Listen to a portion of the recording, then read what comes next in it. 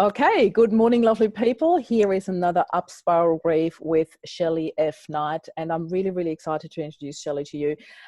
We connected via LinkedIn, and I'm going to get her to introduce herself in a minute, but it was a really lovely introduction chat that Shelley and I had, and we talked about quite a few things around grief and around people on the other side, and I believe this will be a very, very interesting talk that we're going to have today. So without further ado, I'm going to get you to introduce yourself to the audience, Shelley, and I want to talk about a few different things with you today. So I'm really looking forward to that. Please introduce yourself to the audience. Bless you. Good morning, everyone. So I'm Shelley F Knight, or just Shelley will do, and I'm a once upon a time nurse turned author and podcaster. Ooh, I love that. Obvious career transition there. Yeah. So I wrote a book following a life-changing event, and it's called Positive Changes, a Self-Kick book. It's quite forthright, and it's got warped nursing humour in it, so it's the self-kick. And then I think just this year, I then did Positive Changes at Self-Kick podcast. And again, it's about not just me in my book, it's people who come on and they share their own positive changes to show that it's possible. And that is the one thing that we connected about, you know, the whole positive change. And then we started talking about people passing and about grief and how to deal with it. And there were so many things coming in that were like, okay, we have to do this interview. We have to bring you our audience. I'd really love to chat to you. I love that we've got Chica in our interview as well to be part of this. And Shelley, if you don't mind, I'd really like to ask you, you have quite a few losses in your life. Do you mind sharing a little bit about that so people get a feel for who you actually are, who you have lost? Because this is always the number one topic that we talk about, obviously. And I usually start by asking people, you know, who have you lost, so we can get into that, how you're actually dealing with that, because everybody's got such a beautiful different story to bring to these interviews. And if you don't mind me asking, I'd love to start with that, with the losses that you have experienced in your life. Yeah, absolutely. So I think we experience more loss the older we get. And so I'm 46 now. Yeah. And so I have no living grandparents left. My beautiful stepfather died. My auntie, who was my godmother, she's died. And I say my background's nursing, so many patients have died as well. And if we include in that miscarriages, I've had huge fertility problems. And so I've had loss there as well. Yeah. So yeah, I've been busy, busy with grief. Yeah. So how long has it actually been since you worked as a nurse? I only left about 6 months ago. About 6 months ago, I left. Yeah. And it was after our eldest was diagnosed with many, many things. So I guess you could say it's another grief, because you get loss of the life you expected for them, loss of health and things like that. And I was trying to balance it all, but it was just too much. I needed to be mum rather than nurse. So kind of left there. But I think, and it's hard, isn't it? Because it's, you know, you like to define yourself outside of the house. But yeah, I left last November. So it's okay. That's an amazing decision, actually. You know, it takes a lot to make that decision, and that, you know, says a lot about you as a mum already. I love that. So we've had a bit of a pre-chat, and you told me about 2 books, one that has been published and one that's in the making. So what got you to write the book, and what's the title of it? And I will get to share you the link as well, so people can actually look it up. And but tell us a little bit about that. What was the process of getting to write a book? What is it about? So the first book is very different to the second book, and you're probably not going to think it's the same author, but it is. So my first book's called Positive Changes, a Self-Kick book. And I wrote it after my last pregnancy, and it was horrific. And there was loss in there as well. It started off as like triplets, a multiple pregnancy. Oh, wow. And we just had one child at the end of it, and she had to go in for surgery. It was awful. She was... Our 20-week scan was told to terminate her. She wasn't going to make it. She was, you know, all deformed, wouldn't live outside the womb. And so after the initial breakdown, like we do, I just clung to everything spiritual. So I was sort of doing like affirmations, visualizations, meditation, bit of anger, anything really. Throw that in there. Bit of anger. I find that really helps. Yeah. It's all about balance, Marie. And anyway, she was born. She was 6 last week, she's amazing. And so from that book, I realised that with like my dad dying and everyone else dying, the miscarriages, all the loss I'd had in my life, learning from my dying patients. that I've got a 100% success rate. You know, something I do works. Yeah. And it's not being miserable or going on with society, how we should grieve and things like that. It's me just being a little bit feisty, if we're honest. And it is, yeah. And it is just sort of like, you know, it sounds really harsh, but I'm just going to say it as it is, that whilst life's ended, I'm still here. And to me, that's a privilege. And that's come very much from my nursing. And because I'm still here, I don't think I should sit and mope around. And plus I'm a mother, person, I'm a survivor, you know. So so going back to the book, it was written because I realized I'd come through a lot, but how? And they're all bite-sized chapters. Like one page will tell you one way, another page will tell you another, because I don't believe there's one way to cure it all. And it's just loads of tools. I get you to write a letter to your body, because I hated my body when I was miscarrying. So I've got like, dear body. I write my own eulogy. How do I want to be remembered? What have I achieved? So it's a self-kick. It's not a gentle, pretend you're an angel. It's very much sort of like, you know, how do you feel about your body? I get you to write to people that have bullied you. I get you to look at what the dying told me, what's important. And it's all bite-sized, because everyone's always too busy to read a whole chapter. So they're all bite-sized. So that was my first book, because I realised I'd survived a lot, and I wanted other people to move on, particularly after times of loss. I have to say, like, for the first book, I have personally not read it yet, but I mean, just what you just said now really makes me want to read it. So I just love the way you address that, because as you said, we are all really super busy. Nobody has got time to go into this really big spiel of you know, doing things. And just by adding like these little bite-sized chapters, I really love that you do that. I feel it's very aligned with what I do as well. You know, I've got like healing journeys where I take people through one tool at a day, like, you know, where it's just really beautiful to give people these options to find different ways of healing. And that is the one thing that really drew me to you, where I'm like, I have to bring you in front of my audience, because you have all these positive and also can do and let's do this sort of attitude, which I believe that the way you said that, you know, it's like there's no sugarcoating. I'm just going to say it's a privilege to live. I really want to highlight that. It is so important, because I strongly believe, having experienced loss myself, that only people who've been through so much loss like you have can actually say that without, I'm going to say this, I think it, without being attacked by society and going like, how dare you say that, and you don't respect my grief and you don't respect my loss. And it's not about that.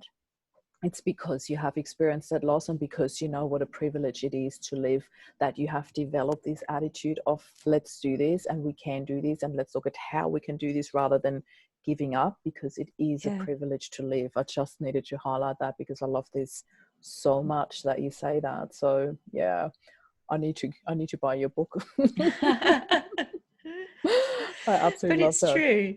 Thank you. Yeah, and it's like, because normally when you like buy a book, it's like someone's going to teach you one method that worked for them. It's like their memoir style, and it's not. I mean, I've been in healthcare for 30 years, and I've also had my own loss. And it's sort of, there's loads of tools. One will tell you to slow down. What are you rushing for? Another one will say take action. And it is really different, because we all grieve differently. Like we have the male and the feminine, like the instrumental grief and the intuitive grief. So one tool was never going to work. It always had to be like, you know, a big balance. But yeah, it's humorous. My second book's not humorous. Okay. All right. Tell us about your second book. I know it's in the making, so it hasn't been published. Yes. But no. Tell us a little bit about that. So the second book is called Good Grief, A Modern Day Approach to Grief Recovery. That's a working title, because we spoke about this, didn't we? It's like, because grief recovery is like a trade name, which I'm not with at all, personally. But so get bombarded with suggestions yet. Now for time. Oh yeah, do yeah, because I think like grief healing, grief journey, but I don't like grief recovery. But I'm sure it'll come in the process of writing. It'll come to you. So I've just finished the first draft and been edited it, and it goes beyond all the grief books that I work with as a nurse. And I say it's not a memoir style, it's 30 years. And so I was a nurse and a clinical hypnotherapist, but then I do meditation and sense lots of things too. So it's a blend of the clinical and the spiritual. And it's a bit of a kooky book, really, but that's me, isn't it, Marie? But it starts from the beginning of life, what's important in life, regrets of the dying. It talks about what I call mini deaths. So, you know, when we have grief, it's so sort of like put with death, when actually we grieve when we lose anything with which we have an emotional connection. Yeah. So there's a chapter called mini deaths, and that's when you like lose a job, a relationship, your health, a way of life, your confidence. So I talk about mini deaths, which also, you know, your grief's totally valid if you're lost something of value. And then it goes about the dying process, and it's the clinical, what you'll see, but the spiritual, what happens, like the energy body's changing. And it goes dying, death, and then I go into life after death, like here on earth, but also the afterlife. And then the tools in it, it's got the conventional talking therapies as we do, but not everyone's a talker. So it's all about like energy, meditation, connecting to something bigger than yourself, whether you call it, I don't know, God, community, whatever. And it's loads of different things that I believe in personally.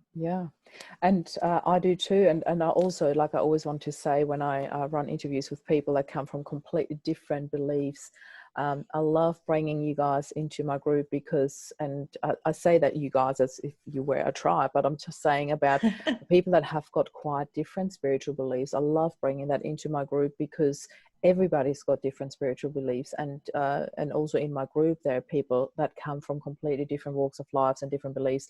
And before I ask you a couple of further questions, and you know where I'm heading with this, I also want to have my little disclaimer in there that I fully appreciate that everybody thinks differently and has different beliefs, and that this might not be for everyone.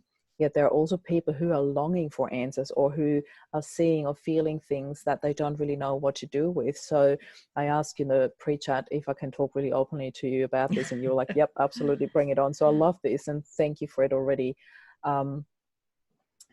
I would love for you to share a little bit about your journey in terms of how did you start feeling, seeing all of these things, because you know, we talk about energies and when energies start shifting and all that. Can you explain it a little bit more to the audience, because there are people sitting here going like, they were not in our pre-chat, what are you talking about? What's going on here? Why weren't we invited? Yeah, exactly. Tell us a little bit about that in terms of energy and energy shifting, and can you share a little bit about that, because obviously you started having these experiences when you worked as a nurse, is that right? Yeah, that's right. So I nursed for many years, and I was a chemotherapy nurse, so worked in oncology and hematology. And sadly with that, there is often palliative care where we can no longer treat people actively. And so I worked a lot with the dying, and that's a lot of what my work's about now. Not as a nurse, but I work with grief, the family that are left behind. But as I was watching people die, I was just really aware of change of energy, and that would be the room wasn't quite as solid. The air would cool, there'd be colours around. Sometimes I'd sense or see a mist around the body, the skin would change, and I'd say it's where the soul's leaving. So we're still there, you know, begging, mourning around the physical body, but I think the soul self-protects and leaves before the point of what we'd call a like medical clinical death. I didn't really think much of it at the time, which is kind of what I do when I go through life. That's fine. When did you start noticing that? If you don't mind me asking, how far into your journey as a nurse did you start noticing that? So I worked at first year in acute medicine, and I didn't see it there, but I think that's a really busy ward, and there was people coming in with like heart attacks, and you know, it's all like really, really quick above A&E, accident emergencies, we call it here. But when I moved, so taking you back, so I worked in acute medicine, and the reason I left acute medicine was I was working New Year's Day when my mum phoned to say David's dead. So my stepdad had died the early hours of New Year's Day. And I was on the ward, nurse in charge on the ward, where my mum broke the news, David's dead. Ironically, she's a counsellor for about 20 years, and that's how she breaks bad news. But anyway, brilliant. Wow. Okay. And that's so another interview. That's how she breaks bad news. David's dead, and I was there on the ward, and it all went a bit echoey and a bit weird. So fast forward a few months, hit me really bad, my stepdad's death. But I wanted to get away from the ward, and I'd always had a bit of a calling towards oncology. So that's how it came. So in acute medicine, I didn't really, I had intuition. I'd call family when the doctors go, they're fine. I'd be like, I don't think they are. So I was very intuitive and sensed something, I guess the energies of the body changing. Then I got the news that my stepdad had died, And I just became that nurse that got that news. How's that nurse? Is that nurse working today? No. And I just didn't like it, but I think it was a push I needed. Do you know what I mean? Mm. So then I went into oncology and hematology, and it's, well, for me, I think the world's a bit bad at the moment in hospitals, but for me, it was a gentler pace. And it was kind of like a healing journey. So my stepdad died suddenly. There was no goodbyes, no fulfilled dreams. He was just gone. Whereas in end of life, you get the chance to put things right, get rid of that terminal agitation. You know, say, you wronged me. I'm sorry I hurt you. This is what I want to do. This is how I want to be remembered. And so it's a real healing journey. And in that gentleness and my own healing and the pace of it, that's where I started to become aware of it. I think my dad's death changed something in me. And then I just became a little bit more open, a bit more of a sensitive soul, if you are, I guess you'd call it. So I started to see aware, I guess, you know, like of things that probably have been there all along. But when you said, you know, you worked in a really busy ward, then the awareness is not there because it's constantly, you know, adjusting to the speed around you. So probably the awareness had a lot more chance to come up around this when you But it's, you know, I'd never say that I'm a medium at all. I just sense things like a knowing or an intuition. And it's, I think with anyone in my family that's died or any life-changing event, it just seems to get a little bit more honed in. And so like now,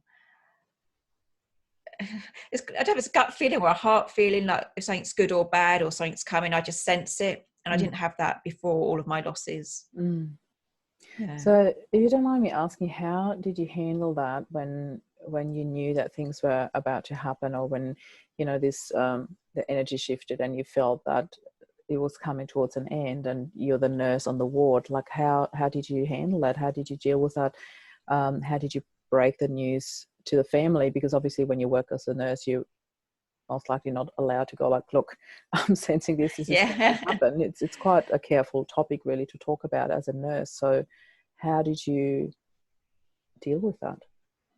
So I'd never have said it in work, and I don't think I trusted it when I was nursing either. But for me personally, when I feel that like the soul leaving or the energy changing, I just get a sense of calmness. So I know what's coming next, and it kind of prepares me, but I'd never say it to a family. I'd hope by that stage the doctor's kind of broken the bad news, there's something else we can do, kind of thing.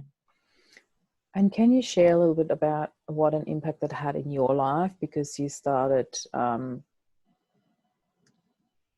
can't put it in any other words. I hope I'm saying it the right way. You started communicating with people on the other side. Do you want to share a little bit about that? So that start and how, because it's like, I understand, that's why I gave the disclaimer up front that a lot of people have got different beliefs, and I just want people to keep an open mind and an open heart when we share these stories. But I'd really like you to share straight from your heart where you're at with that, because I'm completely open to whatever beliefs people have, and I'm with you on that, I believe. And absolutely. I mean, I wrote about this in Good Grief, like when I've got the tools in the back, like and it is, I have put disclaimers under every little section where I do it. And I've put about clairvoyant, where you might sort of like see a flash of your future, or clairaudient, where you hear spirit or angels and stuff like that. And I have put disclaimer, because, you know, it could be complicated grief.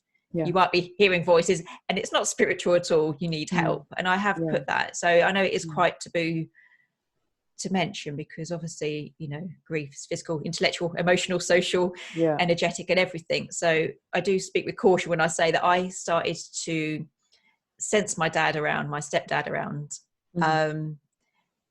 and I started to see him, but not when I was expecting him to.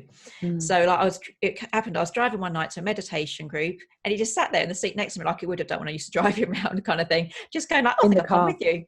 And he goes, I think I'll come with you. And I'm like, you know, like you're driving along, you like think you're not here, but you are here, kind of thing. And it just started that he would come in like when I was doing new things, basically, or when I needed him. And for me, I believed, you know, that I was seeing him and I was sensing him, but, you know, I can't prove it. But if it helped me heal, then that's fine. That's what I'm saying. Like, you know, I can sense people on earth when they're not well, because my biological dad's still very much with us now, but I sense he wasn't well. And so I do sense and feel things, and I do get clairaudient. Like I often say to my husband, your granddad's telling me not to look for a job right now, you know. I love it. Yeah. But he's Mr. Scientific. It's like, all right, love, do you want a cup of tea? I just want to ask you that. So how is he responding to that? Okay. Yeah, can you prove it? And I was like, no, I can't, but I can share it. And I think, so for me, I could hear my stepdad, I could see him, I could sense when something wasn't right for me, when something was to be grabbed with both hands. And it really helped me. But with all seriousness, that's my journey and my interpretation of what I feel in my own body. And I totally get that's not for everyone. And I'm really aware that it could be complicated grief, and that you're longing to see someone or to hear them. And it is a fine line. So I'm just speaking from my viewpoint that I could hear, see and sense my dad. But if you do it, anyone out there, then you do. I love that you do. And that's why I wanted you to come and speak to my audience here as well, because I believe there's probably a lot of people in there that might have experiences like you and that don't know what to do with it or don't dare to speak about it. So for me, I have to ask you this. When that first happened, do you remember the very first moment where you saw him after he passed?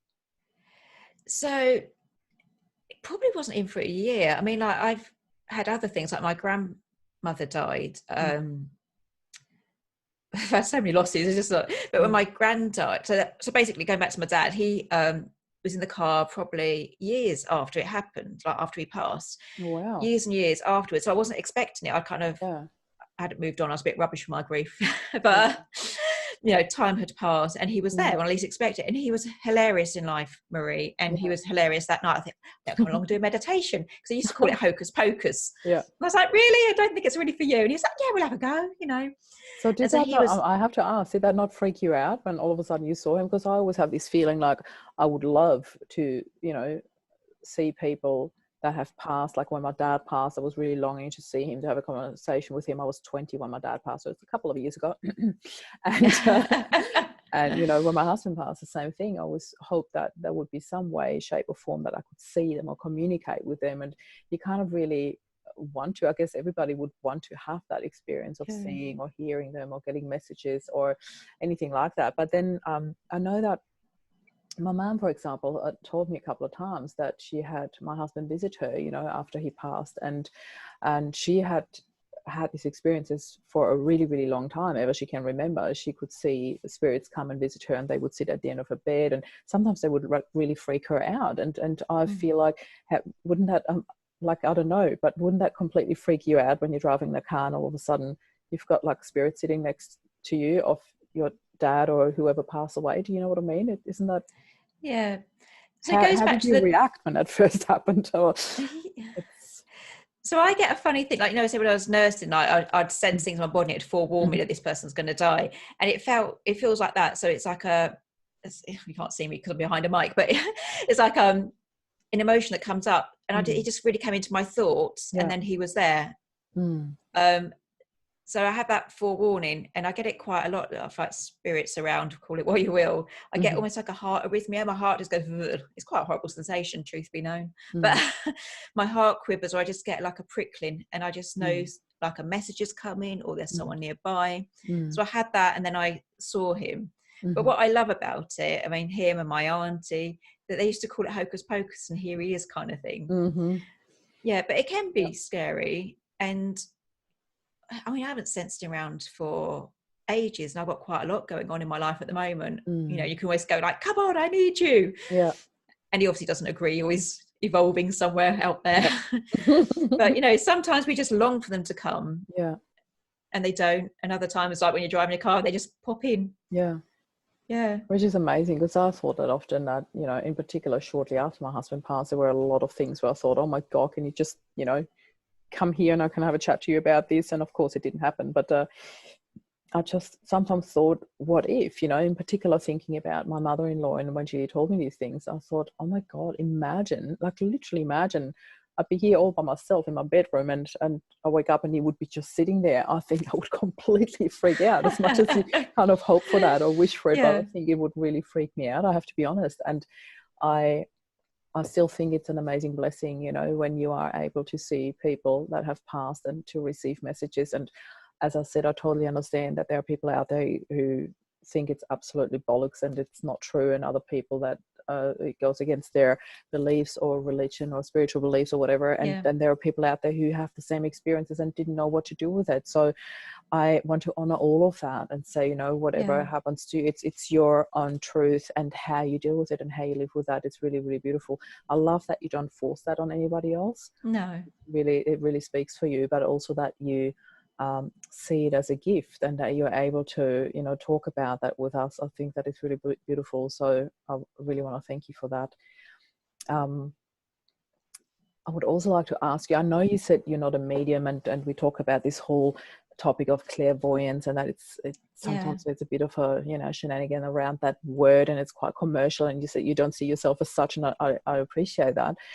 I just want to know, like, do you sometimes get people, like other people come in that want to pass on messages because they feel that you have that gift, that you can see them and sense them, or is it really just your family that appears for you where you can get that connection? So I get a lot, for me, I mean, I see things for me in the future. And like the Daisy, like our daughter that wasn't meant to make it, you know, we were told by so many medics she's not going to make it, she hasn't got the lung capacity. So meant to make it. Yeah, but I'd seen a dark-haired baby girl to come, and we had a blonde boy, and I thought, oh, and then I had this vision kept going. Yeah. And I said, I was 40 at the time. I said to my husband, like, the vision's still there. There's a baby that we born as a dark-haired girl to come.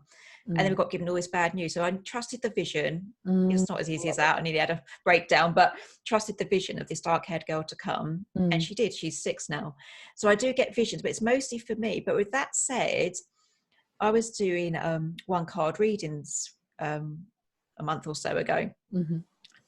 And when I go into it, I sense energies coming in, like they'll be like, you need to self-forgive in this life. There's a relationship with a dark-haired man, which you've not moved on from. And it just comes in. But mostly it's for me. But that's because, as you said earlier, I don't like putting it on anyone. So I wouldn't say I'm a medium, wouldn't say I'm a clairvoyant.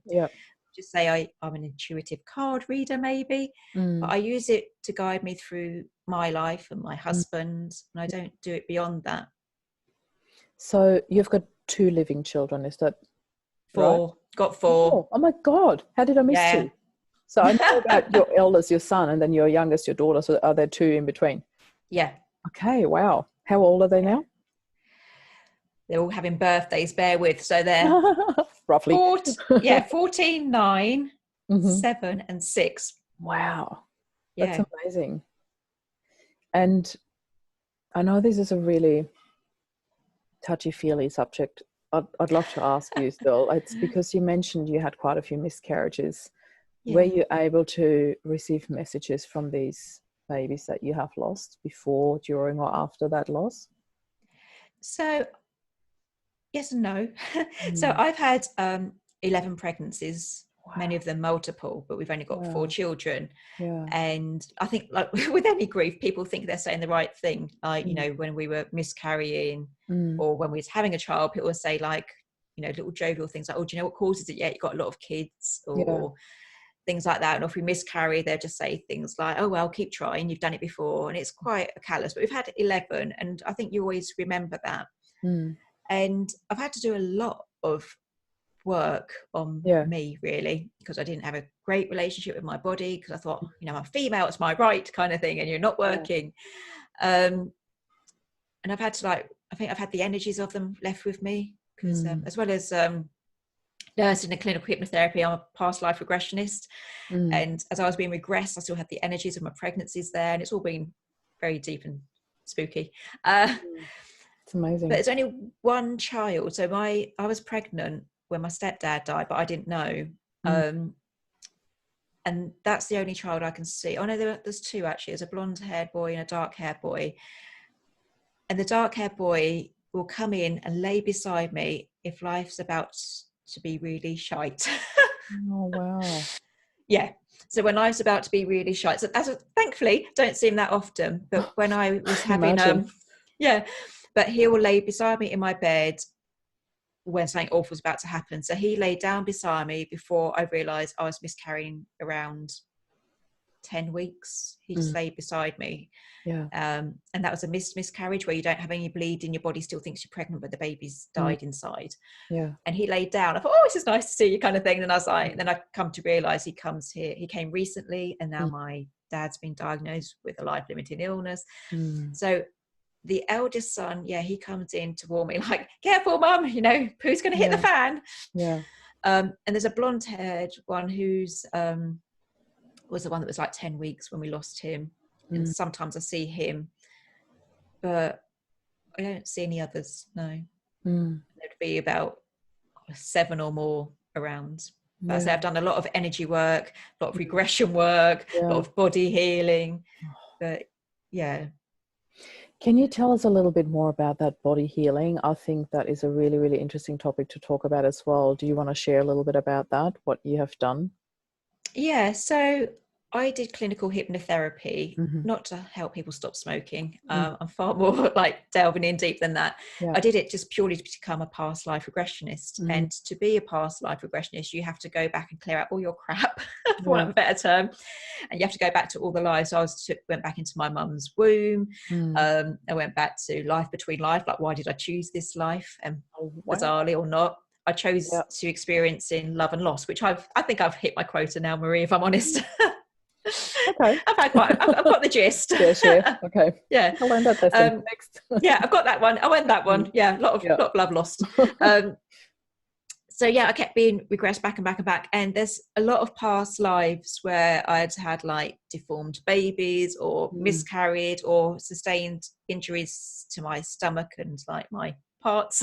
And that carried over onto this life. So I've had a lot of body healing. Like, I was bludgeoned like in the womb area in a Victorian past life. People could be listening to this thinking, what on earth? But it's, it's my story. Amazing. But, I love that you shared it so openly. Thank you so much. Yeah, but I've been like bludgeoned in a past life down there, and that had caused me to, in this life have fertility problems. So I've done loads of body work, and then I've had miscarriages and had sort of like anything shamanic healing. Body work. Okay, so you've done the whole Yes, sound healing, self-forgiving. So much that you can do around healing, and I just love when people include the body work. And there's often, like the one thing that people often forget in their healing journey is that there is a whole lot. Like me, for example, when I lost Rob, I seek the help of a positive psychologist, and she is absolutely fantastic. And Emily is actually one lady that I bring back in my group quite frequently. She comes in for interviews, and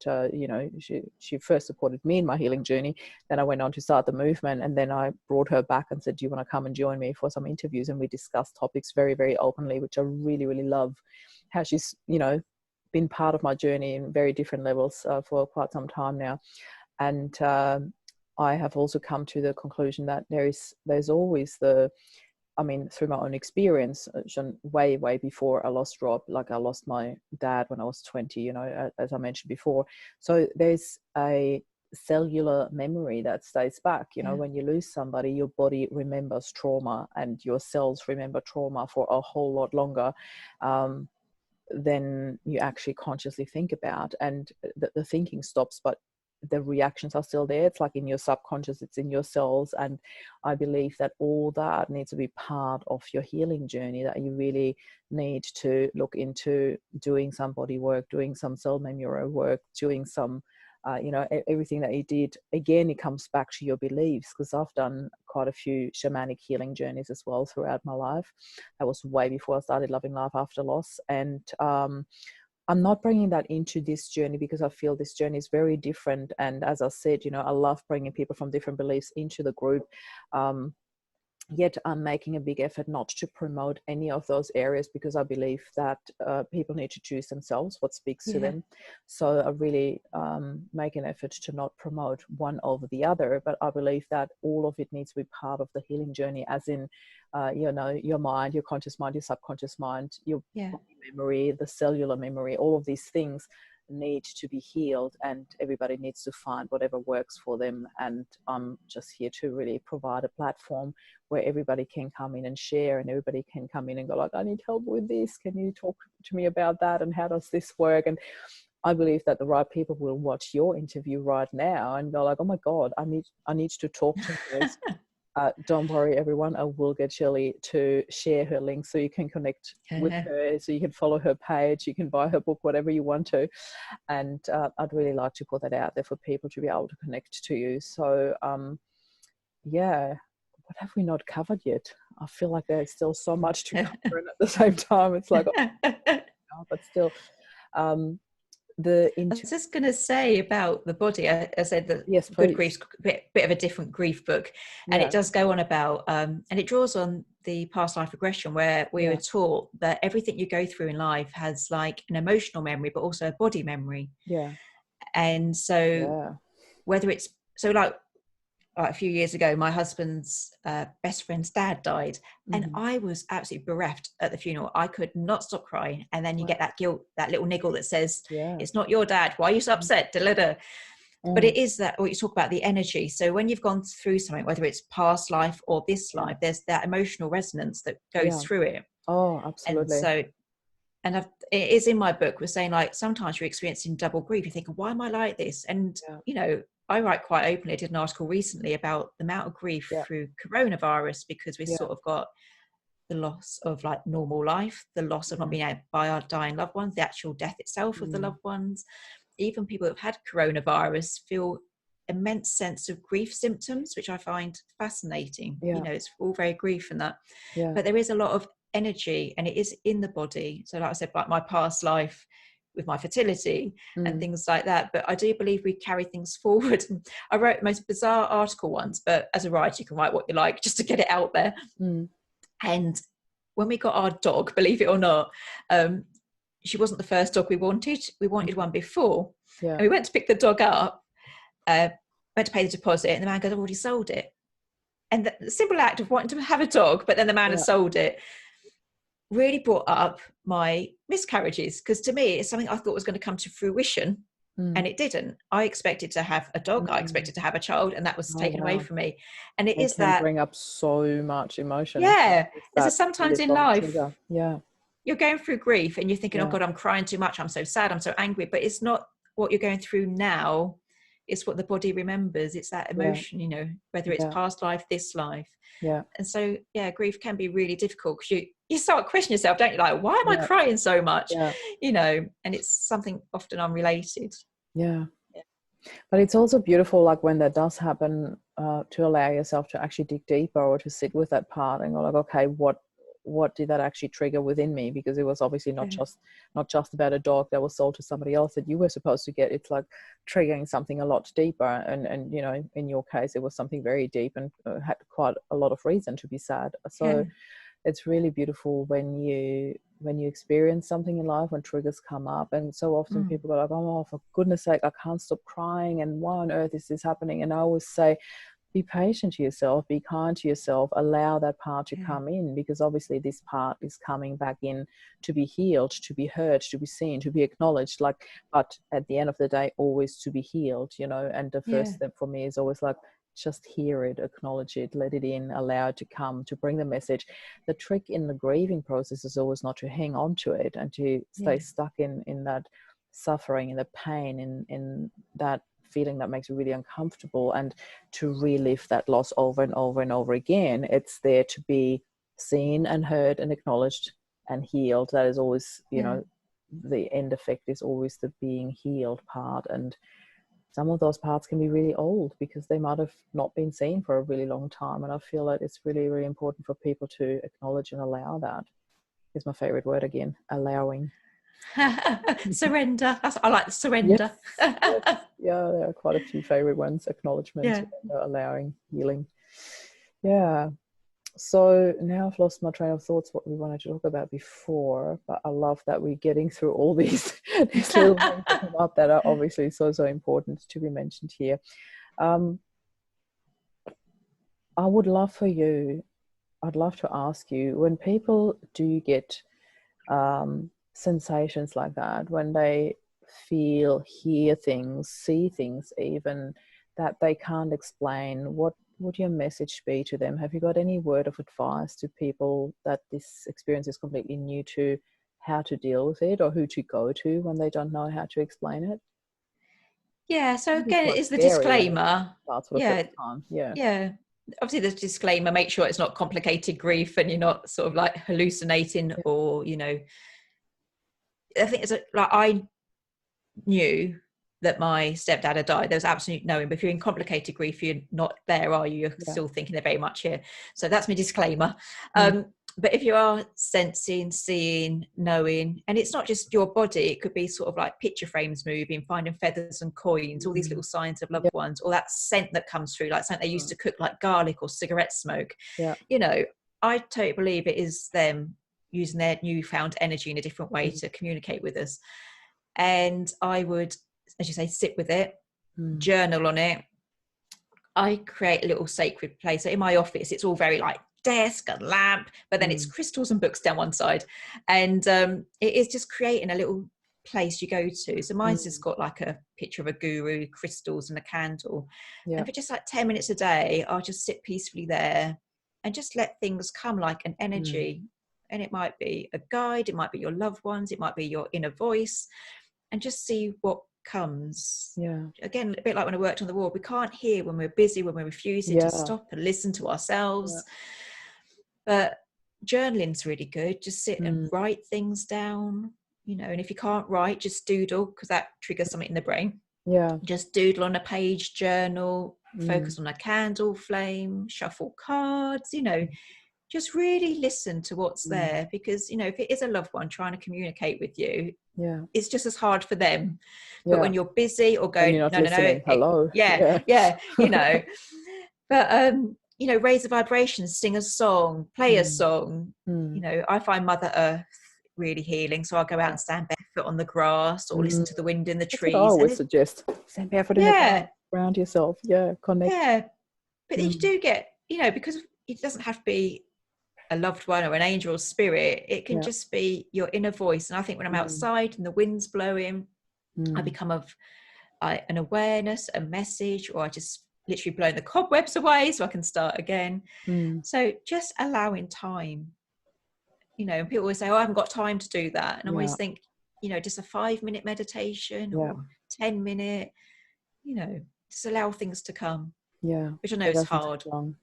It doesn't take long though. I think it's like about creating a routine and to allow yourself that time to heal. And for some, maybe that's just what they need to sit to heal. They don't have to have the belief that they might hear voices or something's coming in. But I think it's a good message for all of us, no matter what our beliefs are, to literally take 10-15 minutes out a day and just allow yourself to sit and be still. You know, there's so much power in just being still and allowing things to come in, and I love that. Yeah, and it's really valuable. Say it doesn't have to even be about grief, just a daily practice where you take 10 minutes for you to just listen to your body, your thoughts, whatever comes. It doesn't have to be because you're going to read, get a message from grandma. It's just taking that time for you. And it's really important. It just allows time for those emotions to come up. Because I love all the positive side of grief. Do you know what I mean? The moving on, the loving. I love all of that. But the anger, the tears and the snot also have to come, for me in my journey. And it's just making that space. I think one thing, well, many things I learned from the dying is don't repress your emotions. Be true to yourself. So if you have a small achievement, totally celebrate. If you're going through grief, you can still be joyous. You can cry, you can be joyous. Exactly.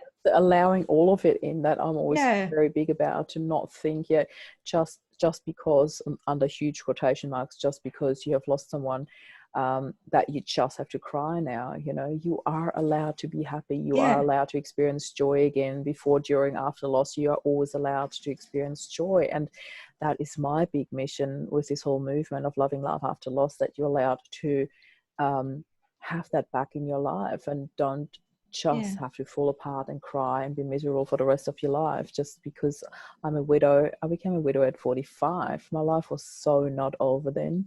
My husband's was, but it doesn't mean that mine has to be over as well while I'm still alive. Do you know what I mean? And I knew that that's what he wanted for me. And we had talked about that previously, and I've shared that many times, that we both said if something was to happen to either of us, we would want the other person to move on and enjoy and experience life to the fullest, and you know, find love again, be happy. Like all of the above. I so wanted that for him because I loved him so much, and that I knew it was the other way around as well. And I believe that's what true love is, that you want the other person to be happy, no matter if that's your husband, your dad, your daughter, your son, your uncle, your cousin, whoever that is. When there's true love, you want them to be happy no matter where they're at in their life. So that is a huge message for me, for everyone who's experienced loss, to find that happiness in life again. That's beautiful. I wish more people had that conversation, Marie. You know, my husband and I, because I talk really openly about death because I worked with dying patients for years. And so my husband and I are trying to have these conversations. And like, it's quite funny because our 4 children, 2 of them speak really open about death and dying. You're like, when you die, do we just replace you? I'm like, yeah, if you want, love, I don't mind. You know. I'm sorry, that is so refreshing.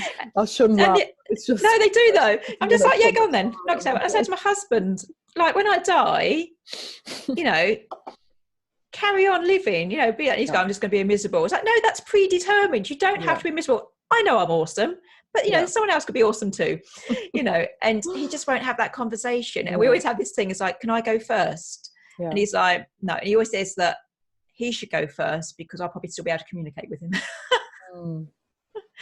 But I love the way you and Rob done it. Just sort of like, you know, if this happens, carry it on. And here you are, you know, like, I mean, we had a few conversations around there. There weren't even huge triggers. I remember that one day he came home late from work and he had to drive down Heathcote Road, which is a road near us that is unfortunately quite well known for when there is an accident, it's usually a fatality, and when there is, the whole road is blocked and there's no other way around to get back. So he got home quite late at night and he said to me, you know, there was a fatality, and another day he had heard of a 4-year-old boy that died in a car accident. And those sort of triggers, when you hear about somebody else where there's a really sudden death and there are kids involved, and it's really like what those things that really pull on your heartstrings, because you realize how young your kids are and you're like, oh my God, you know, what if?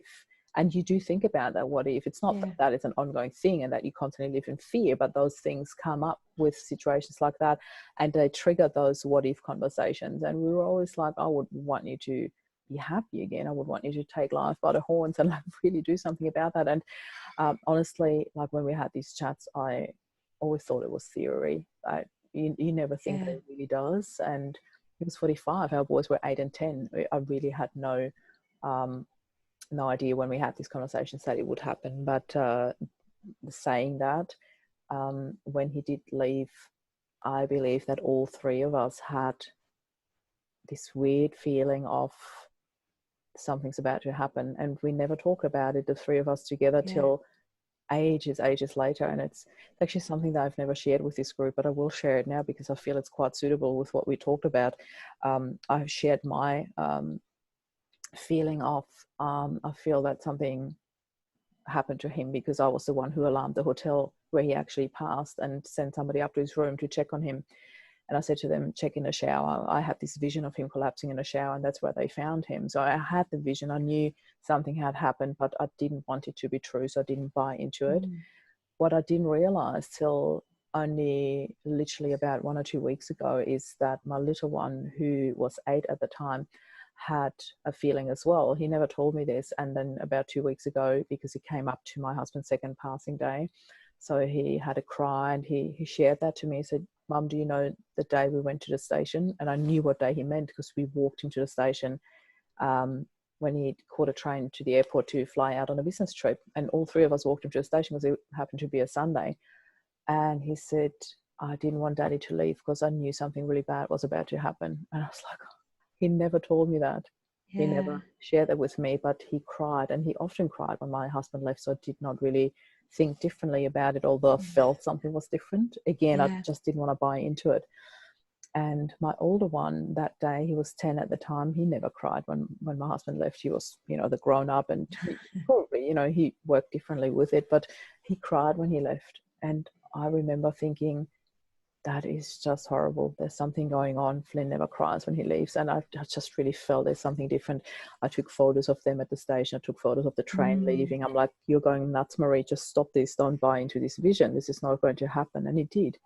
So there were all these things, all these signs, and I just did not want to believe them. And I feel that often we might have an incline like that, but we are just we just don't want to buy into that. We don't want this as our truth. So I feel that a lot of us maybe have something like that happening, and so I just believe we need to probably be a little bit more open about it. So this is why I'm really glad that you came into this group to have this open discussion, because it is quite a bit of a taboo topic and not many people really like to talk about that. Isn't that right, Chica? See, she's stretching about that. Oh, such a beautiful share. No, that's amazing. And you say, you know, because you said about the vision and that, and because before you said that, I was thinking, like, do you think that people sense when it's their time to go? Because I think many people do. Like my stepdad started bantering almost around Christmas time when we was visiting about death and not being here and kicking the bucket, as we say here in the UK. And my granddad as well. And I've seen it with so many patients that they can either choose to give up spiritually when it's right for them. Like when you go for a cup of tea on the ward, they'll think, well, I'm going to go now while no one's watching. And my gran and granddad is really beautiful. I don't think you can do it now, but they got married on Christmas Day. And my granddad, we thought he was unwell, but he hung on for Christmas Day because it was something like their 50th or something. And then he died in the new year after he'd like had darkened that memory. And I just think that people sense or know themselves. I think we sense and know as well. But goosebumps when you said your story about, you know, the vision and how your sons acted differently and the photos. I took loads of photos of my stepdad at that Christmas. And bizarrely, I say, because, you know, I'll only say that I sense, know, hear things for me. My mum showed a photo because she does go to mediums a lot. And she showed, she's like, you know, this is David, and this medium just like straight away just went, did you die about 4 days later? My mum's like, yes. So there must be something energetically. I mean, I don't go that deep in, but there is something, isn't there, around some change that tries to protect us, forewarn us. It was, I even shared it because, I mean, I wrote a story about, I shared my story in a book as well. And that was the seed that was planted for the movement, actually, because the title for the book was Loving Life After Loss. And I share very openly about how I met my husband, how we fell in love, how he died, and how I then went on to deal with his loss. And that was the whole start of actually, you know, then starting the movement as well. But in that book, I actually share that as well, that some part of me knew. It was a very minuscule part, and I did not want to have a bar of it. I did not want that to be my truth, so I completely ignored it. But in hindsight, walking back through it, I'm like, part of me knew. That whole day, like, you know, it dragged on and on and on. Like, he was supposed to ring me at 7:30 in the morning, and I didn't get the call till 4 p.m. in the afternoon. So it was a long day that dragged on with anxiety building, and part of me knew the whole day that something had happened, but just did not want to buy into it. I was still hanging on to something must have happened. He must have lost his phone. Maybe that. And even when I got the phone call, I thought, he must have had an accident, you know. But I did not expect that. Your husband deceased in a hotel room this morning. I was like, it was such a clinical, cutthroat sentence. Really, it was just the world stood still. So I love sharing that so openly, because I feel it's also a bit of a call to action for people to be more open to listen to these things when they happen, and to allow that. And hello, Chica, you want to be part of that? Yeah, I get that. Come on in. You can ask the questions from now on if you like. It's so funny. She senses that too. When I need some love and attention, she'll come in. There you go. Okay, thanks for your purring. That's better. So yeah, I feel it's actually a gift when those things happen, even if it can be scary. And I guess it's the same thing when, you know, all of a sudden you have spirit sitting next to you in the car, and you're like, oh wow, it can be scary, but it's also an absolute gift when we allow ourselves to let that in, and to see whatever message that is that these situations have for us, you know, when that happens. So it's quite beautiful. Yeah, I think my book's going to be quite controversial when it comes out, but it's just really like the first book I put out there, kind of like a bit of a healing process for myself, because I come through and I thought, God, if I can help one more person move forward when you think I'm stuck, you know, I've done my job. But with Good Grief, I'm really passionate about it, and I've seen so many people in like my 30-year career that I just wanted to share. And it goes beyond the clinical, because it is, you know, what, like with your beautiful movement that you're doing, yes, there's the anger and the sadness, and we could give up our life and also part of us die. But I've seen so many people have like a spiritual awakening. And so I think it's hopefully today's show will resonate with so many people, because I say when my dad died, and my gran, there was another thing there, when they died, I do, you know, you do get these gifts, these moments, these changes in you where you do start to sense things, feel things, you know, you reprioritize your life, and there is like a spirituality that can come. It's like a collateral beauty, I think I say in my book, where you've had a loss, but where there's an end, there's a beginning. And so hopefully today will help people, because they think, actually, I did feel funny last week, or I did think I saw something out the corner of my eye. I thought I smelled sweet peas that he used to bring me, whatever.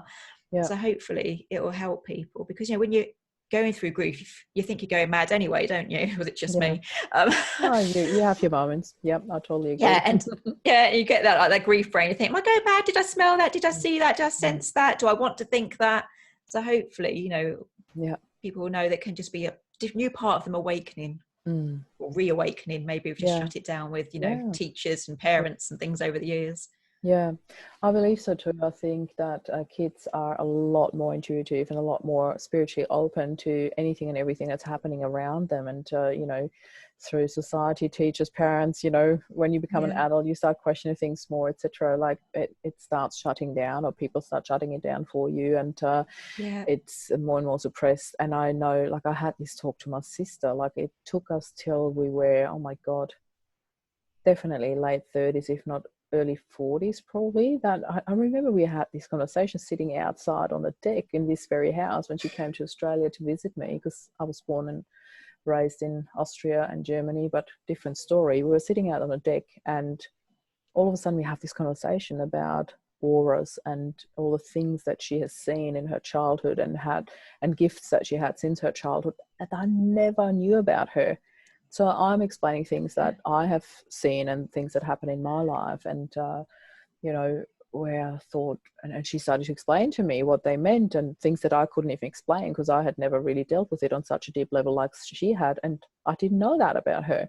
And I looked at her and I'm like, why did it take us that long for us to have this conversation? This is unbelievable. I can't believe that you have all these gifts and all these things that happen in your life. And she's like, well, because like for that very reason, it's been shut down when she was a child, and she was looked at, you know, there's something wrong with her, she's going nuts or mental. So she stopped talking about it, but she still had these experiences and these gifts around her. And I thought, oh my God, this is my own sister. I've got no idea. Unbelievable to find out about that, like literally after 4 decades in the same family, you know. So but it's really important. I mean, I don't shut my children down, because I think people probably gather by now, I'm quite open about it. Of course, and because you come from a very different. And so just this week, actually, so it goes boy, girl. So our youngest son, we have this competition every night. I say, good night, I love you. He goes, I love you more. I went, no, I love you more. And it goes on every night, and I never get bored of it, Marie. I absolutely love it. And he says, I love you more. I said, well, I love you more because I loved you when you were in my tummy. To which he turned around and said, I loved you before then because I chose you. Oh my God, I love this. I love this. And I was just like, how did you choose me? And he goes, well, it's just like a tunnel. And he goes, I just really loved you then, so I chose you. And I'm like, oh. And then Daisy, the same month, she's the one that wasn't meant to make it. She's amazing. Stop saying that. Yeah, but she was, you know, clinically, they said she wouldn't make it. And I had a similar conversation. Yeah. Ignore the doctors. Yeah, exactly. She was so meant to make it. Yeah. So she's obviously caught on to what I'm saying to Milo, and she started saying about it. So I was saying, like, I love you more. And she goes, in the most, she's Diddy. She's quite small for her age, but perfect. And she turned around and she just, with a little giggle in her voice, she goes, because I said, like, I loved you when you was in my tummy. We've got a book called The Bump, and it's on about your pregnancy with this child and how you still love them. And she goes, do you know, Mum, I nearly didn't come to you. And I went, I know, darling. Goosebumps. I went, yeah, I know, darling. And I got really emotional. And she goes, she just laughed and she goes, but I did, but I was almost late. And it's true that we never knew she's going to make it. And she goes, wow. I jumped into your belly just as it was time for me to come out. Oh, God. And I was like, oh my God. So she just turned 6 last week. And so I love the fact I'm open and my kids can say about, I chose you. I wasn't in your body. I got there just in time. Our eldest used to speak about, in a previous life when you weren't my mum, I used to be able to sew. I was a seamstress and he was 4. And I'm like, sorry. But, you know, it's good to have the openness, whether it's your sister, your husband, your children. I think it just creates a different path through our life, one that can hopefully bring comfort. I absolutely love this. I really love this. And I truly hope that our conversation has brought a lot of comfort to other people also, and those who are meant to hear this. And I'm a big believer that those who are meant to hear this will listen to this conversation. So I'm really, really glad that I could have you here. I'm so touched that you shared this so openly with us, and I was really, really excited about having you here. And I know that it is a touchy-feely topic for a lot of people, and that people do have different beliefs, but I really love that you shared yours with us, and that your children are so open to all of that. That is really, really beautiful. So Shelley, what I would love for you to do after our interview is if you could go back into the comment section so that people have it with the interview. If they want to get in touch with you, can you just please share your details where they can follow you? I know you've got a beautiful page that people can like, that follow you, or even contact you through that if they want to. And I'd also love for you to share the link to your book. And obviously, once your second book is out, please come back and share that as well, or just to another interview, whatever. Like we'll share it somehow, but it would be really lovely to find those details. I would love to read your book, because this freaked me more than ever now that I know a little bit more about what's in it. So before we finish our interview, is there anything else that you would like to share? Anything, final words to wrap this up for you that you would like to pass on to our listeners? Yeah, so I just want to say, like, thank you for listening, because as Marie beautifully said, it's not for everyone, and it probably wasn't for me. If I had the choice, I'd have been like, no, thank you. So thank you for listening. If you're still listening and haven't hung up, where you go. So if it doesn't resonate with you, just disregard it. There'll be another episode with Marie's brilliant show that will. But if it's just like clicked something in your head, do look into spending more time with yourself and trusting that you're never alone, is all I'd say. I love this. Thank you so much for your beautiful words and for the beautiful wrap up of this session. And I'm very, very stoked that you came onto our Upspiral Brief series. I feel that there's so much in it for a lot of people. And as I said, I'm certain the right ones will listen to this. Thank you so much for being here. Thank you for sharing. Oh, bless you. Not just your beautiful time, but your beautiful energy and your stories with us. I really love them. And for everyone who wants to get in touch with Shelley, she will be sharing the links. So be patient. Let her get her cup of tea, and then she'll share all the links. It's silly o'clock here, isn't it? I really, really love having you. And for all our listeners out there, thank you so much for staying till the end. Have a fantastic day. And I'm looking forward to our next Upspiral Brief interview. Thank you so much, Shelley. Thank you. Bye for now.